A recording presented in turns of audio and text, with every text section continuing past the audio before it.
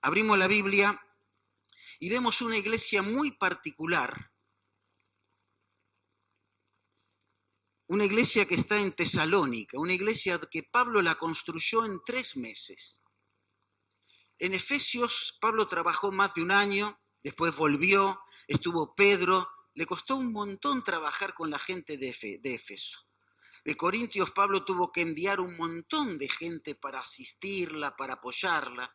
En Tesalónica vemos que envió a Tito más adelante y para poder trabajar con ellos y estuvieron ahí ayudando en la obra. Pero vemos que en 3 meses la iglesia creció y se desarrolló de una forma magnífica. Es más, las 2 cartas que escribió Pablo tuvo que hacerla por la necesidad de falta de conocimiento al crecer tan rápido que tenían de las cosas espirituales. Uno de los capítulos que más conocemos de Tesalonicenses es el 4, donde habla de que si este cuerpo se deshiciere, el Señor, ¿cómo se llama? No, el cuerpo se deshiciere.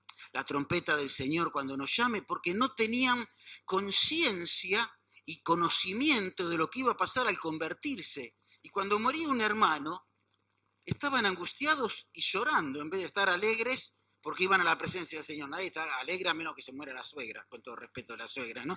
Si no, no estamos muy contentos, ¿no? Todos tenemos tristezas. Pero acá se desesperaban porque pensaban que la separación era total. Y Pablo tiene que escribirles en el capítulo 4, miren muchachos, que los que somos del Señor tenemos esperanza y tenemos un privilegio y tenemos trascendencia y nos vamos a volver a encontrar. Porque les faltaba conocimiento. Ahora, lo que pasó acá fue fantástico y yo quería invitarlos a que miremos algunas cositas que vamos a ver que son las necesarias para que una iglesia se extienda hoy en día. Porque la iglesia en Tesalónica, con 3 meses, al 4.º mes le habrá escrito Pablo esta carta, y 2 Tesalonicenses antes del año, era una iglesia que ya se había extendido y era una iglesia misionera, pero una iglesia misionera como necesita nuestra Argentina, nuestra ciudad en el tiempo de hoy. Y vamos a ver por qué. Porque el Señor vino un día y nos dejó el ejemplo, dice, ¿no es cierto? Ahora, ¿nosotros qué ejemplo dejamos? Hablamos de predicar, de extendernos y de cómo hablar, y decimos que hay que hablar de Cristo. Y estamos en una época donde hay mucha gente que habla, ¿o no? Hay grandes maestros, donde el mundo habla, donde hay política, donde hay información, donde tenemos el celular, información y mensajes tenemos por doquier, aún mensajes cristianos. Es más, a nosotros nos sorprende que en la iglesia lleguen por internet, porque antes nosotros hacíamos tratados, hoy en día no son necesarios, hay que hacer WhatsApp, Internet, Facebook, ¿no es cierto? Twitter, Instagram, todo esto para los que somos viejos no hay forma en que entendamos esto, pero es la única forma que entran. Y decimos, no, lo vi porque lo ubiqué por Google y entré ahí. Así viene la gente. Es otro tiempo. Ahora, 2000 años atrás, la iglesia en Tesalónica tenía alguna particularidad, porque la iglesia de Tesalónica se construyó con ejemplos. Hoy vamos a ver cómo Pablo con su ejemplo hizo crecer a esta iglesia, pero era una iglesia que tenía bastantes ejemplos. La vida se construye con ejemplos. Nosotros somos los ejemplos de nuestros hijos. Copian nuestros modelos. Los papás vemos que nuestros hijos pasan los años y terminan comiendo la misma comida que nosotros, se ríen de la misma forma que nosotros, hablamos de la misma forma, aparte que, bueno, vamos teniendo los mismos rasgos, ¿no? Es papá pelado, papá peludo, nosotros peludo, mamá así, nosotros somos más o menos parecidos. Pero así se va construyendo la vida de la gente. Y acá vemos que los modelos que tenía la iglesia en Tesalónica fueron modelos sanos, que los estimularon a crecer, mucho más que la palabra. Entonces la palabra creció en una buena tierra. Pablo decía, sed imitadores de mí como yo de Cristo. Es decir, fíjense en cómo yo imito a Cristo. Y hoy en día, si alguien se para hablar, me pasó el otro día, una persona en nuestra iglesia habló un montón de cosas, bien dichas, muy bien estudiadas, pero justo las que él no practicaba. Y le decía a Mabel, ¿cómo hago para explicarle que no se puede hablar? Que hable, la Biblia tiene muchos temas, habla todos los temas que quiera, pero justo, ¿no? Si yo no sé andar en bicicleta, no le voy a enseñar a usted a andar en bicicleta. Y a veces en la iglesia pretendemos pararnos acá y enseñarle a los demás a hacer lo que no hacemos nosotros. Pablo no construyó así esta iglesia, sino que lo hizo de una forma muy diferente. Miren cómo dice en Timoteo capítulo 1, vamos al versículo 6. Vosotros vinisteis a ser imitadores de nosotros y del Señor, recibiendo la palabra en medio de gran tribulación con gozo del Espíritu Santo. De tal manera habéis sido ejemplo a todos los de Macedonia y Acaya que han creído. Es decir, miren qué interesante. La forma en que cambió la vida de ellos fue la manera que ellos evangelizaron. Cuando los del barrio, vieron los muchachos del barrio, la gente de alrededor, los compañeros del trabajo, se dieron cuenta que ellos ya no vivían así, y si siguiéramos leyendo versículo 8 y 9, y dice, porque ustedes cambiaron la forma en que vivían y se cambiaron la forma de actuar, desde los ídolos para servir al Dios vivo y verdadero. Es decir, los vimos parados en otro lugar. Dice, miren, versículo 9. Porque ellos mismos cuentan de vosotros de manera que nos recibiste y cómo os convertisteis de los ídolos, dice acá. En griego dice, desde los ídolos. Cambiaron de lugar para pararse en otro lugar. Y servir, y habla de la palabra doulos, de compromiso de vida, a otra forma a la que hacían antes, al verdadero Dios. Así que la forma en que evangelizaba la iglesia en Tesalónica era con el testimonio. Y saben, hoy las iglesias tienen que predicar con testimonio.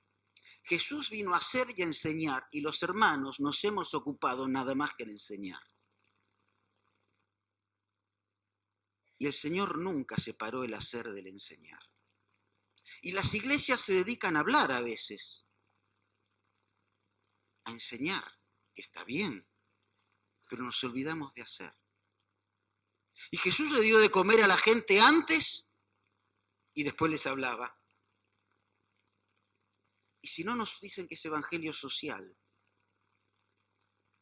Entonces Jesús hacía evangelio social, no sé. Ahora esta gente en Tesalónica vio gente que cambiaba la forma de vivir. Gente que antes era idólatra y ahora no es idólatra. Gente que antes se paraba y tenía hábitos desde los ídolos, quiere decir, desde los templos paganos, a servir al Dios vivo, es decir, a los lugares del culto cristiano. Estaban en otro hábitat, se movían de otra forma, vivían y convivían de otra manera, no de la misma manera que ellos estaban. Y cuando habla la palabra recibir acá es interesantísimo, porque está diciendo, hay 4 palabras griegas para recibir en la carta a los tesalonicenses. La que dice acá, les dieron la bienvenida. Se pusieron re contentos por lo que Dios hizo en su vida. Es más, recibieron la palabra en medio de gran tribulación y las recibieron con la alegría que el Espíritu puso en sus corazones. Nosotros, los cristianos, a veces la puerta de la iglesia es el muro de los lamentos, venimos todos a llorar. Y le estamos predicando a otro y estamos llorando de las penurias. Le estamos predicando a otro y hablamos de los problemas del país. Ya sé que hay problemas en el país. Ya sé que el dinero no alcanza para todos. Ya sé que a veces los negocios pasan tiempos difíciles. En nuestra iglesia hay hermanos sin trabajo y hermanos que tuvieron 3 meses sin cobrar. No, por supuesto que hay tiempos difíciles. Pero el cristiano dice que acá había tiempos difíciles y la gente del barrio veía que había alegría, la alegría que ponía el Espíritu Santo, y se daba cuenta que había una forma diferente de vivir. ¿Cómo vivir los problemas vos?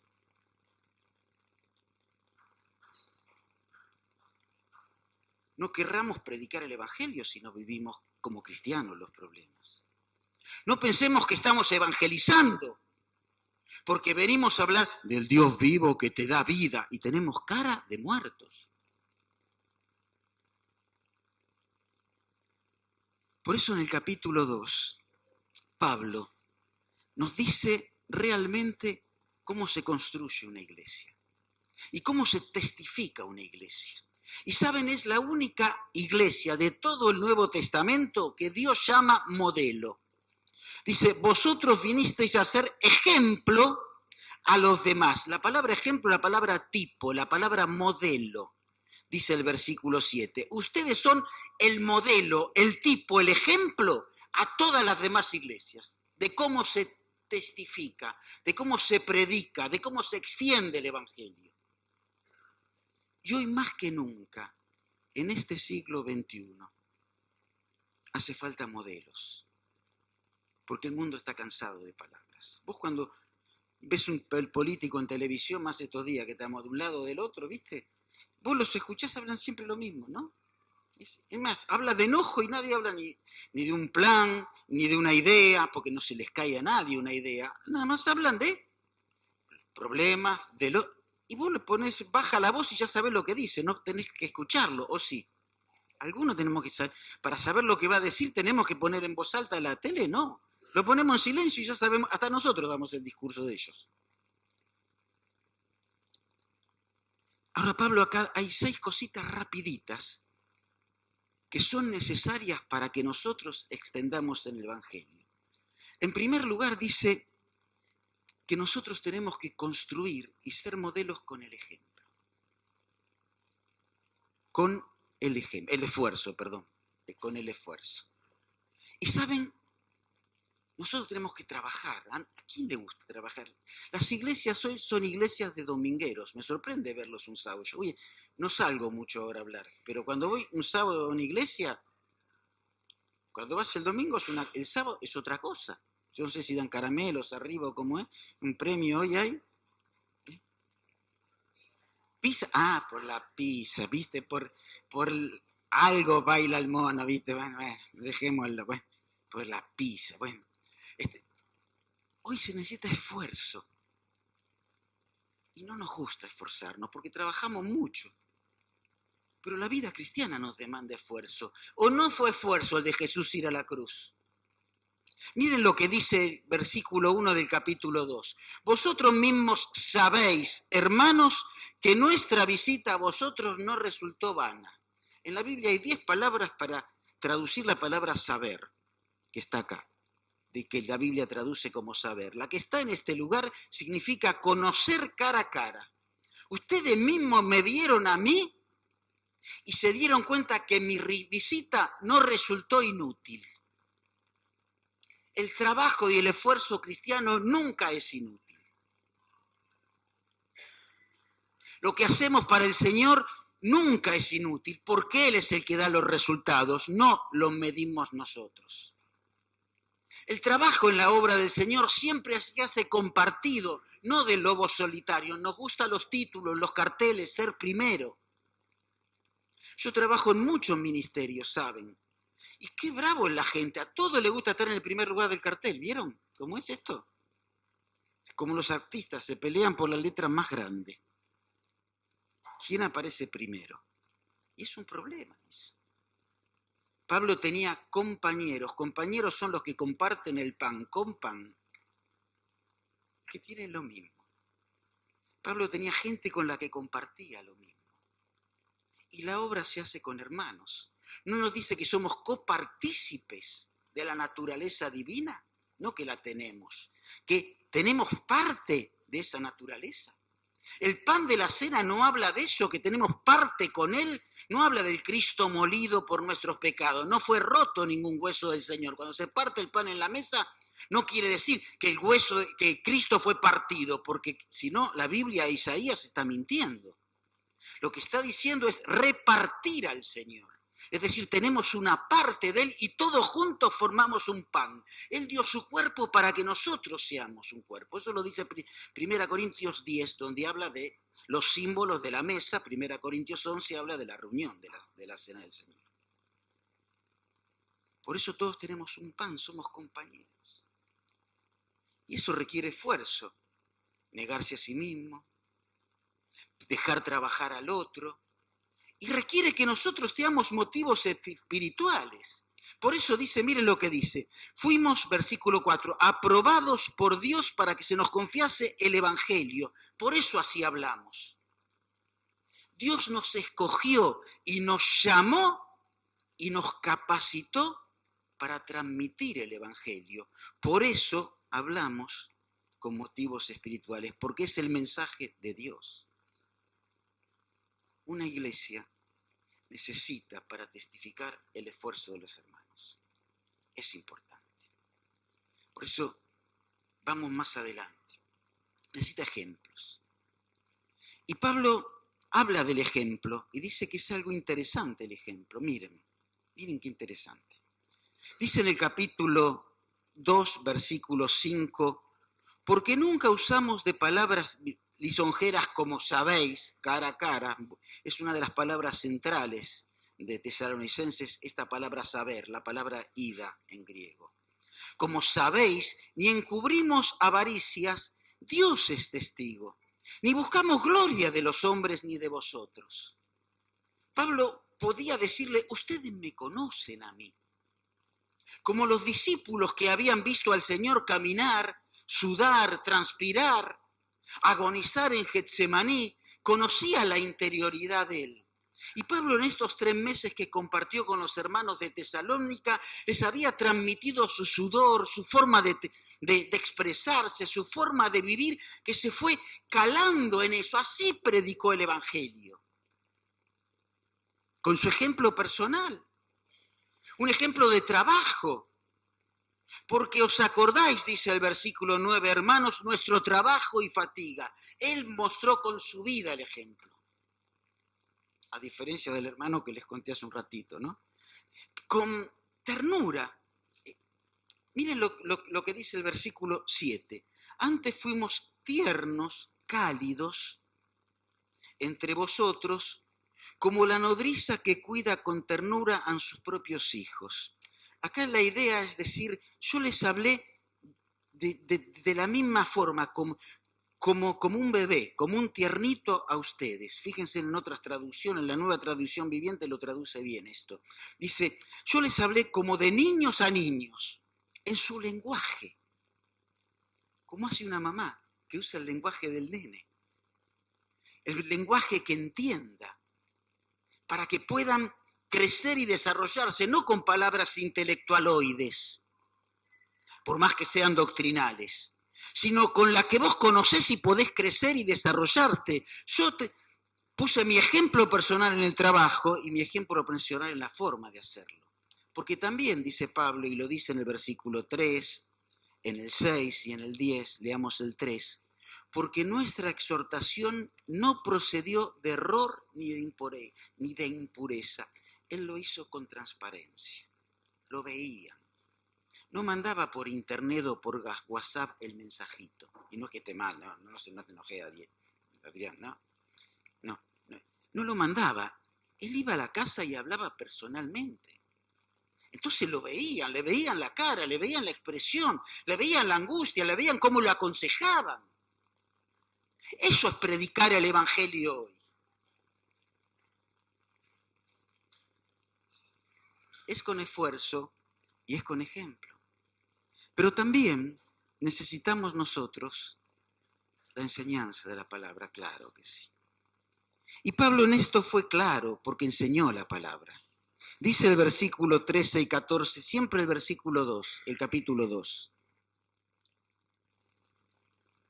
Por lo cual también nosotros, sin cesar, damos gracias a Dios de que cuando recibisteis la palabra, la aceptasteis, acá cuando te convertiste quiere decir, la recibisteis, y ahora está diciendo, la tomaste, la adoptaste, primero te convertiste, ahora la adoptaste, no como palabra de hombres, sino como palabra de Dios, una palabra que transforma la vida. Una palabra que cambia, una palabra que actúa. Era una palabra auténtica. Era palabra de Dios. Y lo veía por el cambio que tenía la vida de Pedro. Hoy la vida de Pablo. Hoy nuestras vidas necesitan certificar lo que hablamos. Porque la gente está cansada de mensajes que no tienen contenido.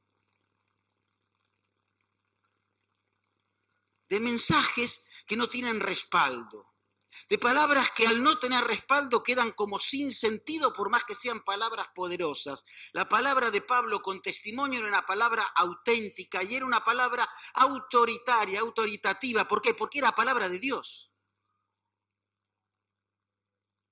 Y Pablo mostraba el efecto en su vida. Y Pablo los iba grabando como hizo Jesús con los discípulos. ¿Por qué 3 años caminando con ellos? Y 1 año y medio caminando en la intimidad con el grupito más reducido. ¿Por qué? Porque tenía que grabar las huellas del andar diario, del sudor de la jornada, de la angustia del desprecio, de la actitud ante el que necesita, del gesto en privado a aquel que lo necesita. ¿Por qué se llevaba el Señor a algunos a orar y los dejaba a otros en un costado? ¿Por qué para hacer un milagro el Señor en un momento llevaba a un grupito y en otro momento llevaba a otro? Porque tenía que dar instrucciones a cada grupito particularmente. No se olviden que el Señor discipuló 3 grupos diferentes entre los 12, con 3 características diferentes cada uno de los grupos. Siempre están por grupos los apóstoles, por grupos de 4. Y el Señor a cada uno los discipuló de acuerdo a su característica para los que iban a ser. Por eso algunos los llevaba en la intimidad para que conozcan otras cosas, porque iban a ser los líderes que iban a tener que estar firmes en todo momento. Por eso a otros los llevaba de otra forma, porque eran los administradores de cosas, como Andrés. Bueno, no es el tema de hoy. Y esto es producto de que la palabra de Dios estaba transmitida a través de la vida, de una vida cambiada. De una vida cambiada. Nosotros tenemos en la iglesia un muchacho, es enfermero, bueno, y viene del mundo. Y como gente del mundo, vive como gente del mundo, vivió. Y bueno, y era un chico que le gustaba a las chicas. Y tenía mucho carisma, o tiene mucho carisma con la gente. Hasta que encontró una chica y vinieron los dos a la iglesia. Un día que estaba angustiada ella, la trajo y se convirtió ella. Y ella ahora lo arrastró a la iglesia y los dos bien. Pero la chica, cada vez que mira una chica, que pasa una chica, bueno, ni les cuento, ¿no? Claro, tiene su prontuario, pobre muchacho. Lo tiene de per se, ¿no? Ya está en su vida, ya está el prontuario. Entonces, cada vez ya va con miedo. Y el cambio cuesta aceptarlo. Y nosotros queremos que la gente nos crece y no vea el cambio. Porque el prontuario nuestro queda atrás. Y se ve. Y se siente, ¿no es cierto? Esta palabra, miren qué fantástica, dice el versículo 13 al final, así no vamos muy lentos. Actúa poderosamente en nosotros. Y la palabra actuar acá es la palabra energía. ¿Saben? En la Biblia siempre habla de dinamis, la capacidad que tiene el cristiano. Pocas veces habla de la energía que tiene un cristiano. Y varias veces habla de la energía de la palabra. Cuando Dios sopló el espíritu de vida en Adán, era no la dinamis, sino la energamata, la energía, el poder actuante de Dios. Y lo que dice es que la palabra de Dios, lo dice también Hebreos 4 con la misma palabra griega, es poderosa actuante. No es algo que tiene poder en sí, por supuesto que lo tiene poder en sí, sino que actúa poderosamente. Por eso dice, rompe la piedra, quiebra la peña, porque es una palabra poderosa. Como lo hacía con ejemplo y con esfuerzo, tenía poder al ser recibida. Y era escuchada. Y actuaba en él y actuaba en los demás. Pero la iglesia, si ustedes prestaron atención en el capítulo 1, recibió la palabra, dice el versículo 6, la aceptó, se convirtió en medio de gran tribulación. Y Pablo, en medio de los problemas que también él estaba perseguido, mostró entereza.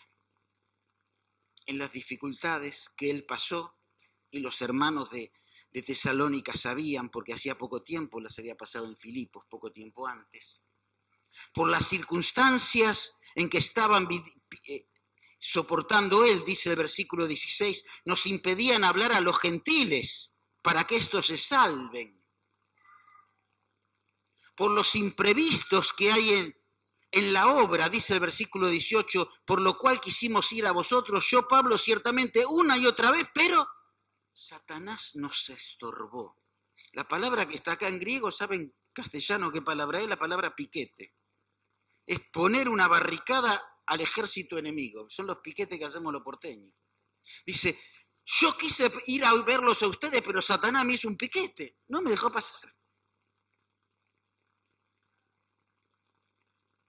Y sin embargo estaba predicándoles igual a ellos. Y sin embargo estaba orando por 3 meses con ellos. Y sin embargo estaba compartiendo tiempo con ellos. Por eso hace falta entereza. Para predicar el evangelio. ¿Querés hablar de Dios? Lo podés hablar en medio del día de alegría en tu vida y en medio de la tristeza en tu vida, dando ejemplo de cómo se enfrentan las tristezas, de cómo se enfrentan las circunstancias difíciles. No con alegría, qué contento, tengo un problema. Nadie va a estar así. Pero sí tengo un problema y sé que Dios me ayuda. Pero sí tengo un problema y sé que Dios es la solución y creo y espero y confío en Él. Pero sí tengo un problema y puedo mostrar tranquilidad en medio de las dificultades y circunstancias. Hace falta entereza, hermanos. Pero también cuando tenemos enseñanza, hace falta entendimiento. No alcanza con recibir la palabra, hay que saber usarla. Y hay que saber leer las circunstancias de la vida, porque el entendimiento es algo necesario para que nosotros podamos manejarnos de la manera adecuada en medio de las circunstancias que Dios nos da. Y Pablo dice en el versículo 17, pero nosotros, hermanos, separados de vosotros por un tiempo, de vista pero no de corazón, tanto más procuramos con mucho deseo ver vuestro rostro y quisimos ir a vosotros como lo leímos antes, una vez, pero Satanás lo estorbó. Él entendió cómo eran los tiempos. Y no como un nene caprichoso se empeñó en hacer lo que él quería y sentía, sino aceptó las circunstancias. Y aceptó que Dios es más poderoso que las circunstancias. Y podía estar con estos hermanos acompañándolos ahora por la carta porque no podía estar en medio de ellos. Y él quería estar con los hermanos de Tesalónica porque no era un problema que iba a resolver ahí. Era enseñanza y educación por la angustia de falta de conocimiento de la palabra. Tenían avidez de la palabra. Y le estaban pidiendo a Pablo, enseñanos porque queremos saber cómo vivir. Cuando viene alguien a la iglesia, no nos dicen enseñanos porque queremos saber cómo vivir. Enséñame cómo resuelvo este problema. Para eso viene la gente. Antes veníamos, y más la mayoría de los que son de mi edad, o los que somos mayores, ¿no? Nos convertíamos, ¿por qué? Porque teníamos miedo de ir al infierno. Yo tuve 3 meses con miedo de, Señor, no me quiero ir, con miedo de... Hoy a nadie le tiene miedo de ir al infierno. El problema del infierno, el problema de Satanás, ya lo voy a arreglar, alguno voy a tocar ahí. Hoy vienen porque hay problemas en la vida cotidiana y nosotros queremos hablarles del infierno. ¿Ahora hay que hablar del infierno? Claro que sí. Pero la angustia de la gente y la necesidad por la que entra a la iglesia es porque no le alcanza la plata en el bolsillo, porque se peleó con la señora, porque anda con una adicción, porque no puede resolver el problema con el jefe. Vienen por angustias. Nosotros veníamos por problemas espirituales y nos convertíamos. Hoy no. Hace falta entendimiento para predicar. Y queremos predicar de la misma forma que antes. Claro que es el mismo mensaje, pero no es la misma sociedad. Es la sociedad de Tesalónica. Una sociedad europea, ¿no es cierto? Donde veía el ejemplo y veía angustias y veía cómo la gente de alrededor de Macedonia y Acaya, estos se enfrentaban a las circunstancias y decían, ¿por qué esta gente vive así con medio de tantos problemas? Algo deben tener. Pero cuando nos ven a vos y a mí, a veces nos ven igual a los demás. Y queremos hablarle de un Dios de alegría y de poder. Y cuando nos tenemos un problema, somos igual que ellos. Lo único que el domingo venimos a la iglesia. Hace falta entendimiento. Y Pablo lo tenía. Por eso, Pablo tenía la mirada puesta en Jesús. Y quería que ellos se enfoquen en Él. Porque Pablo, en último lugar, acá, predicó y enseñó a la gente con esperanza. Miren cuál era la esperanza que tenía Pablo, versículos 19 y 20. Pablo pregunta, ¿cuál es nuestra esperanza o gozo o alegría o corona de que me gloríe? Y él mismo se responde preguntándolo, es decir, son ustedes. Porque voy a estar contento por ustedes cuando venga el Señor. La alegría de Pablo era el cambio producido en la gente de ellos, no cuántos se convertían, sino cómo cambiaba la vida de ellos. La esperanza del Pablo estaba al mirar atrás en el espejito retrovisor del auto y de la vida, cómo vivían ellos y poder mirar adelante y ver cómo miran ahora el presente y el futuro. Los cambios producidos en la gente. Nosotros nos quedamos contentos que el domingo esté la gente en la iglesia. Tenemos que buscar que la gente viva de otra forma. Porque los domingueros no sirven, ni sé si van a estar en el cielo. Van a estar los cristianos, los que viven a Cristo el lunes, el martes, el miércoles, el jueves, el viernes y el sábado.